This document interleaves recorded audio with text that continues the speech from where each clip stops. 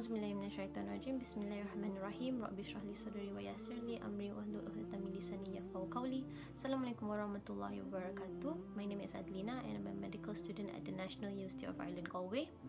Alhamdulillah, we have reached 19th day in the month of Ramadan, 2/3 gone with 10 more days to go. In light of this, I'd like to share some reflections from Juz 19, specifically Surah Asy-Syuara, which means the poets. The actual name of the surah is mentioned in verse 224, which means, dan penyair-penyair itu diikuti oleh orang yang sesat. So the poets were followed by those who were led astray. So the significance of mentioning poets in this surah is because they were the influences during the time of Rasulullah sallallahu alaihi wasallam. They were revered and celebrated because of their poems, which ignited the spirits and the emotions of the Arab people. So they were so influential that Rasulullah had confronted them numerous times regarding the accusations that they make towards his teachings and his followers. This surah, which contains stories about other prophets such as Prophet Musa alayhi salam and Ibrahim alayhi salam, to name a few, acts as reminders and a source of motivation for Prophet Muhammad to continue his efforts in preaching Islam to the people of Mecca. A bulk of the message is about communication, because this surah was sent down during the time where Rasulullah's da'wah was made public. Here, I would like to share 7 tips to convey a message confidently and effectively based on the seerah.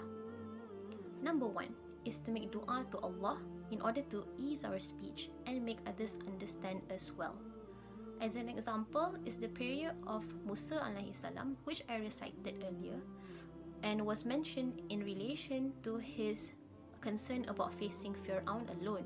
He made this dua and also asked for the companion of Nabi Harun to go with him in facing Fir'aun.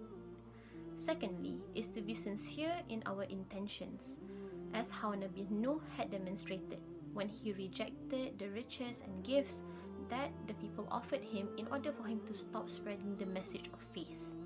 Instead, he said that he did not want or expect any rewards for his da'wah, as it was an ibadah and solely made for Allah's sake.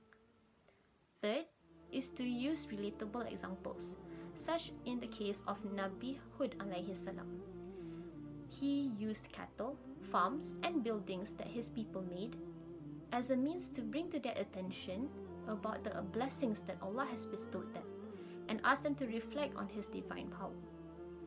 Fourth is to not be complacent and always strive to innovate strategies in order for us to deliver our message better.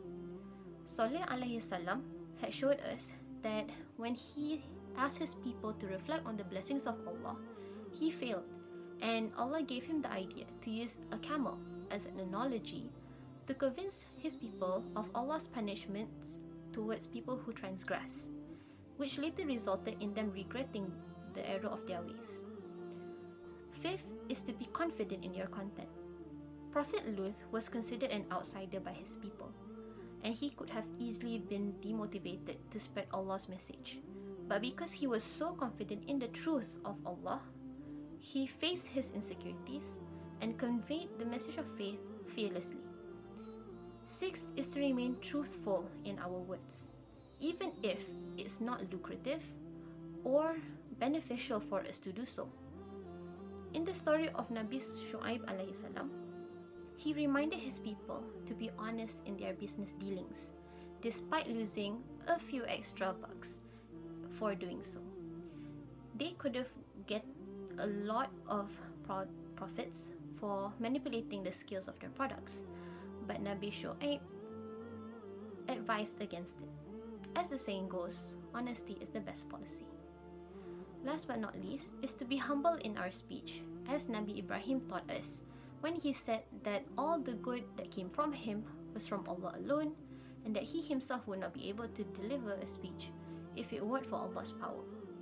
Likewise, we should tame our ego and give praises to Allah, especially when others disagree with us or that our speech was ignored, and even more so if people actually listened. May Allah make us those who use our ability of speech for good and protects us from misleading falsehood.